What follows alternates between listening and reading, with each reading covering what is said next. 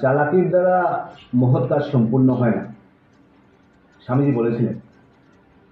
গত দুদিন থেকে গুয়াহাটিতে আছি, কারণ 27 তারিখে মহাকুম্ভের জন্য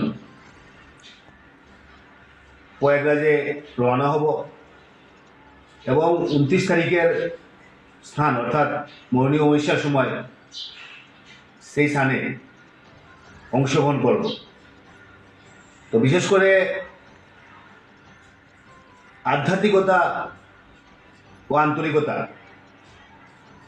যেভাবে একটা পরিবেশ সৃষ্টি হয়েছে সমস্ত ভারতবর্ষে, একজন সনাতনী হিসাবে গর্ববোধ করি।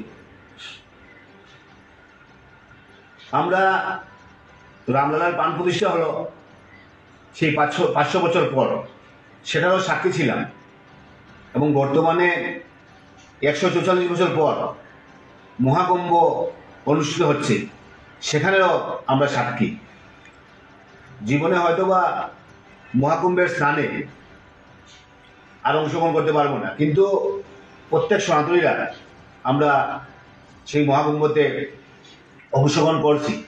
এবং তারপর রাম মন্দির আমরা তৈরি করেছিলাম অনুকরণে, সেখানে একটা মন্দির তৈরি করেছিলাম কালী পুজোতে।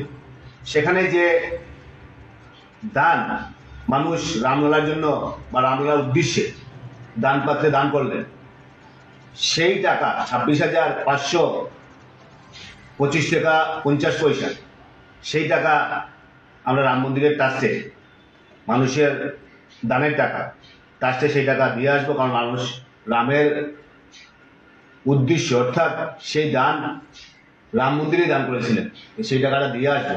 তাই 27 তারিখে এখান থেকে বাড়ি দেব, কলকাতা হয়ে প্রয়াগরাজে যাব। সবার মঙ্গল, সবার ভালো হোক, সবাই সুস্বাস্থ্য কামনা করছি। সবাই যাতে সুস্থ শরীরে থাকতে পারেন, বরাকবাসী সবাই সেটাই কামনা করছি।